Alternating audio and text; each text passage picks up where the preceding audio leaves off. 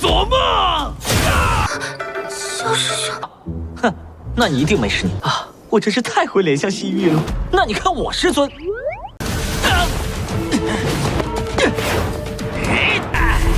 黄金翼也是战斗。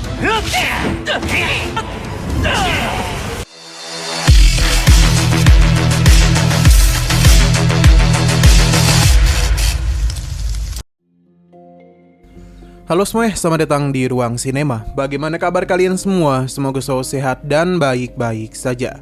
Sesuai jadwal, jadi pada hari ini kita akan kembali melanjutkan series Donghua I Can Have Infinity Engagement episode terbaru, yang mana ini adalah episode yang ke-31. Bagi yang mau bergabung dan series ini, kita sudah sediakan playlistnya, jadi kalian bisa dengan mudah mencari di mana episode awal dari series ini. Tapi sebelum kita mulai episode terbarunya, kita akan melihat dulu apa saja yang telah terjadi pada episode sebelumnya, tepatnya pada episode 30. Kemarin pertarungan sengit telah terjadi antara Xiaoyan dan juga sebuah spirit, yang mana dia memberitahu kalau para jenius dari Tanah Suci Kekacauan sudah begitu banyak mati di tangannya. Jadi tidaklah heran mengapa tidak ada yang bisa menggantikan para tetua. Kesal dan perkataannya, Xiaoyun pun segera memulai pertarungan dengan burung pipit itu. Dalam pertarungan tersebut bisa terlihat dengan jelas kalau Xiaoyun jauh lebih unggul dari burung pipit. Padahal dia sudah begitu percaya diri bisa mengalahkan Xiaoyun.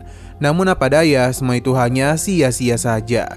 Sampai akhirnya pertarungan pun dimenangkan oleh Xiaoyun. Tapi dia itu memilih untuk melepaskan burung ini agar bisa memanggil para spirit lainnya. Rencana Xiaoyun berjalan dengan lancar, dan beberapa spirit pun telah datang dan berniat untuk menghabisi Xiaoyun. Seberapa banyak pun mereka, Xiaoyun tetap mampu mengalahkan para spirit itu. Bahkan dia juga berhasil menghabisi spirit burung pipit. Nah, sekarang kita akan melanjutkan episode terbarunya. Apa yang Xiaoyun lakukan telah berhasil membuatnya mendapatkan inti jiwa dari para spirit.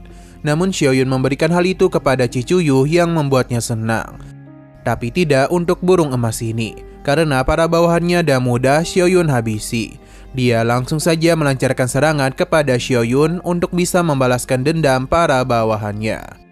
Pada awalnya serangan burung emas dan mudah Xiaoyun hindari, tapi tidak untuk serangan terakhir, yang mana itu pun membuat Xiaoyun harus terpental. Akan tetapi Xiaoyun dan cepat beradaptasi pada serangan tersebut, yang mana teriakan burung emas sudah tidak terpengaruh lagi kepadanya. Xiaoyun yang berhasil menghancurkan serangan tersebut dan kini adalah gilirannya untuk bisa melancarkan serangan balik. Tapi pergerakan cepat burung emas telah mengejutkan dirinya.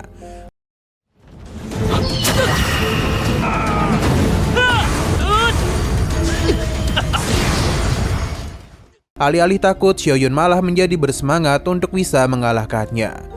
Sebuah formasi dari alam kekacauan pun dirinya gunakan untuk menghentikan pergerakan burung emas. Ini tentu saja membuatnya terkejut, karena bagaimanapun alam kekacauan milik Xiaoyun mampu membatasi ruang dan waktu. Tidak hanya itu saja, Xiaoyun kembali melancarkan serangan untuk bisa mengalahkan burung emas. Serangan pamungkas Xiaoyun pun dan mudah melukai burung tersebut. Dia begitu kesal karena jika saja dia hidup, maka sudah sejak tadi Xiaoyun mati di tangannya. Tapi Xiaoyun tidaklah peduli dan meminta burung emas untuk patuh menjadi spiritnya. Tentu burung emas tidaklah sudi dan memilih untuk mengakhiri hidupnya sendiri.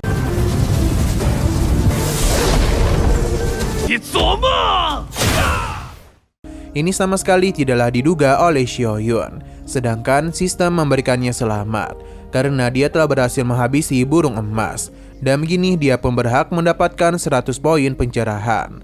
Sesaat kemudian Zhou Ji pun datang dan menanyakan apa yang terjadi. Xiaoyun mulai menyombongkan dirinya yang bertemu 5 spirit putih dan 1 spirit emas. Kini giliran Zhou Ji memukulnya karena Xiaoyun pasti tidak tahu betapa berharganya spirit emas. Tapi Cicuyu menjelaskan kalau spirit itu sendirilah yang menghabisi dirinya. Zhou Ji pun akhirnya paham. Dia pun mengajak mereka untuk pergi ke Gua Wanling. Namun Xiaoyun tidaklah membiarkan Zhou Ji yang telah memukul dirinya. Dia pun membalasnya dan segera memimpin jalan. Sedangkan Zhou Ji berjanji akan membalasnya. Mereka yang terus melakukan perjalanan pun telah sampai di depan Gua Wanling. Mereka begitu senang karena berhasil menemukan tempat ini. Rumor mengatakan kalau Gua Wanling dipenuhi oleh energi jiwa yang tidak ada habisnya. Inilah tempat kesukaan para spirit yang kuat tinggal. Xiaoyun menanyakan kepada sistem apakah dirinya akan kembali mendapatkan poin pencerahan setelah menghabisi para spirit. Sistem membenarkan hal itu, jadi Xiaoyun pun akan masuk ke sana. Sedangkan Cicuyu berencana untuk tinggal karena takut akan membebaninya. Alih-alih berbicara manis, Xiaoyun malah membenarkan perkataannya, yang membuat Cicuyu pun pergi. Sedangkan Zhou Ji menganggap kalau wanita hanyalah racun saja. Inilah yang selalu diberitahukan oleh gurunya. Xiaoyun yakin gurunya pasti tidak pernah dekat dengan seorang wanita. Zhou Ji membenarkan hal tersebut karena wanita hanya akan menghalangi kultivasi mereka. Ini sangatlah berbeda dengan Ditian yang berhasil ditundukkan oleh seorang wanita. Tidak mau membahas hal itu lagi, Xiaoyun pun mengajak Zhou Ji untuk masuk ke dalam gua. Di belakang ternyata ada Li Bufan yang telah mengikuti mereka. 是强大真灵最喜欢的地方。我实力低微，就不萧师兄。哼，那你一定没实力啊！我真是太会怜香惜玉了。那你看我师尊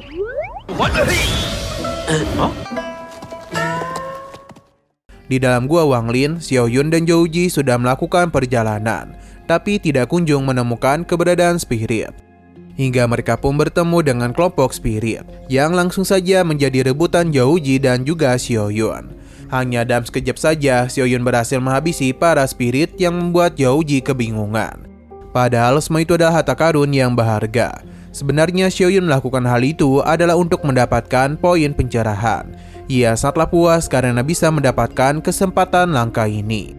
Untuk mendapatkan lebih banyak poin pencerahan lagi, Xiaoyun pun kembali mengajak Zhou Ji melanjutkan perjalanan. Yang mana kini mereka berada di lantai ke-8. Baru saja sampai, mereka telah disambut oleh begitu banyak spirit. Lagi dan lagi, Xiaoyun ingin menghabisi semua spirit itu dan tidak akan membiarkan Zhou Ji mengambil satupun dari spirit itu. Tapi karena dirinya baik, jadi Xiaoyun akan memberikan satu yang kecil kepadanya. Karena Zhou Ji telah menganggapnya sebagai semut kecil, telah membuat spirit ini menjadi begitu marah dan berjanji akan memberikan hukuman kepadanya. Pertarungan pun langsung saja terjadi di antara mereka. Dalam pertarungan itu terlihat kalau spirit yang Zhou Ji hadapi bukanlah spirit biasa, karena dia mampu memberikan beberapa serangan kepadanya. Tapi tetap saja Zhou Ji lebih unggul karena memiliki tubuh suci kuno. Dan mudah dia pun menahan setiap serangan yang bahkan mampu memukul mundur spirit itu. Tapi spirit ini tidaklah takut karena sebagai spirit emas dia juga adalah petarung yang hebat. Zhou Ji pun semakin bersemangat dan ingin melihat siapa yang lebih baik di antara mereka berdua. Pertarungan jarak dekat pun kembali terjadi.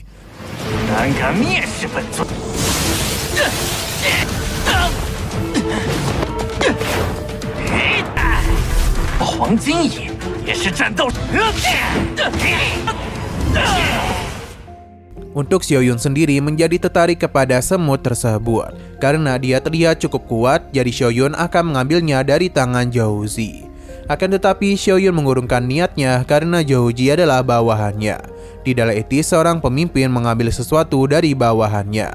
Tapi entah kenapa godaan ini sangatlah besar, karena di antara para semut tidak ada yang bisa membuat dirinya puas, sebab mereka sudah kalah di tangan Xiaoyun. Sedangkan Zhou Ji masihlah terus bertarung dengan semut ini, yang sepertinya dia adalah pemimpin dari para semut. Adu tinju pun terjadi di antara mereka, hingga Xiaoyun pun menanyakan bantuan. Hingga Xiaoyun pun menyarankan bantuan, namun Zhou Ji menolak. Karena bagaimanapun ini adalah pertarungannya dengan semut itu. Xiaoyun paham dan hanya memintanya untuk tidak mati saja. Karena jika tidak, bagaimana Zhou Ji mengejarnya? Perkataan Xiaoyun telah membuat semut ini kesal, karena dia itu begitu sombong. Zhou Ji membenarkan hal tersebut. Bagi semut ini, Xiaoyun adalah orang yang bodoh, karena berani menjadikan tubuh suci kuno sebagai bawahannya. Zhou Ji sangatlah setuju dengan apa yang dia katakan.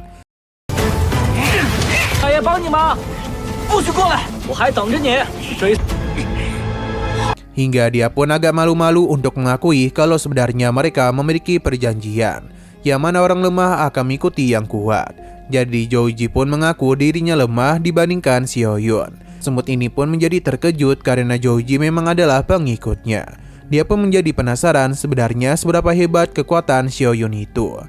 Setelah tahu dia kuat, semut ini pun tidaklah tertarik lagi kepada Zhouji. Tentu ini membuat Zhouji kesal dan akan memberikan hukuman kepadanya, karena dia itu telah berani meremehkan dirinya. Pertarungan pun kembali lagi terjadi di antara mereka. Dalam adu tinju tersebut, lagi dan lagi Zhouji maupun semut ini saling berimbang. Tidak ada satupun dari mereka yang mampu mendominasi pertarungan. Dan bisa dikatakan sejak tadi mereka hanya beradu tinju saja. Sampai akhirnya masing-masing dari mereka terkena tinju satu sama lain.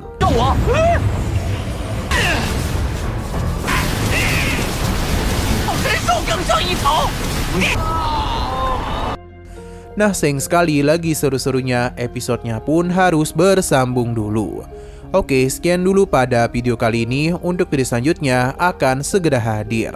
Jadi bagi kalian yang ingin mengikuti series ini, langsung saja klik subscribe dan aktifkan loncengnya.